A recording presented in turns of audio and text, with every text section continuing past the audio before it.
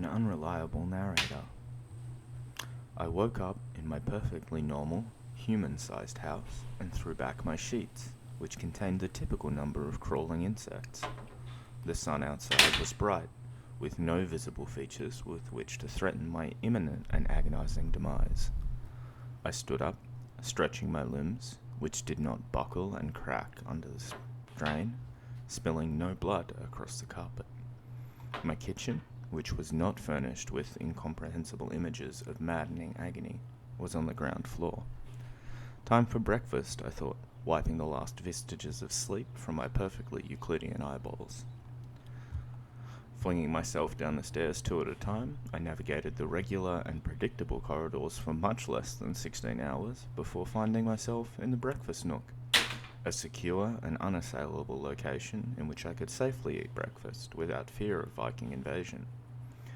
I did not notice the axe marks in the wall, which were not gouged deeply into the living wood at approximately head height.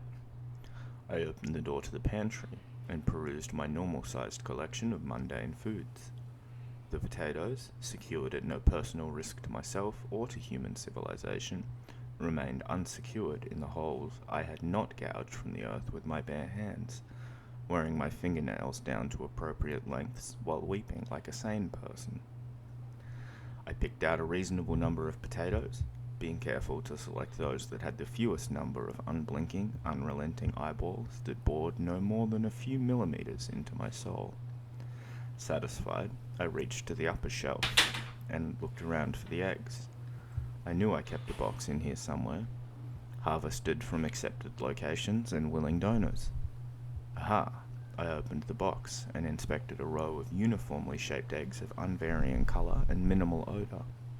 As I pulled two aside, none of them hatched in reaction to my body heat, and I was not bitten repeatedly by creatures that bore no resemblance to weirdly elongated spiders.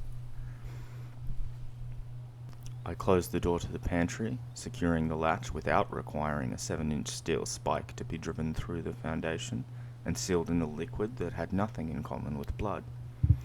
If I remembered correctly, I should still have some bacon in the fridge.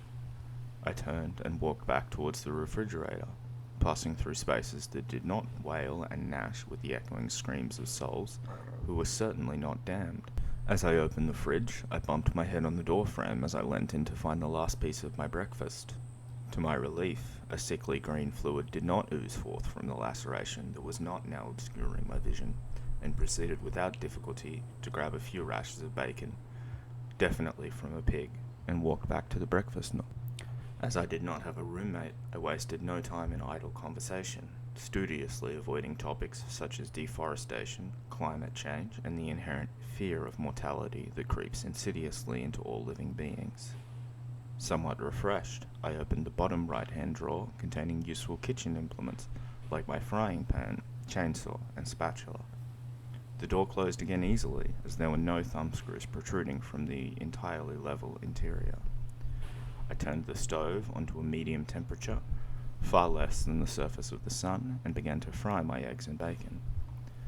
The potatoes remained on the bench where I had left them, and I did not have to crawl along the wall to retrieve them from the ceiling, where it was blatantly impossible that they'd rooted themselves and began to burrow, desperately seeking the warmth of the sun, which had absolutely risen today and did not continue to wish my demise. I selected a medium-sized chopping board and began to chip the potatoes. This took a normal amount of time, as no fluid soaked into the wood or into my hands, staining neither with an indelible crimson.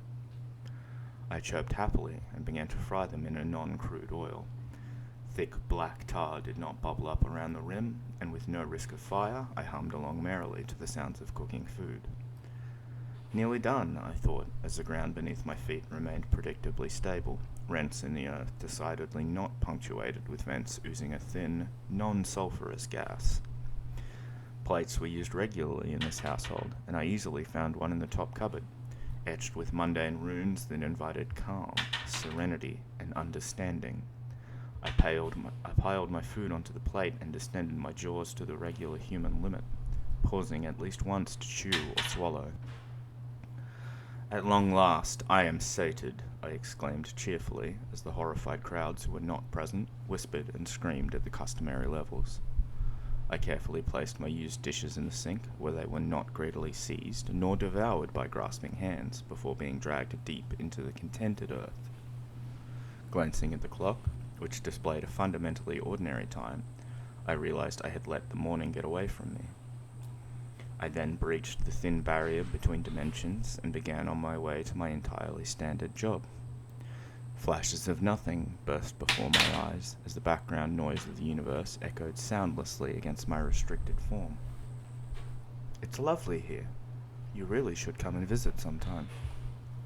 In the end.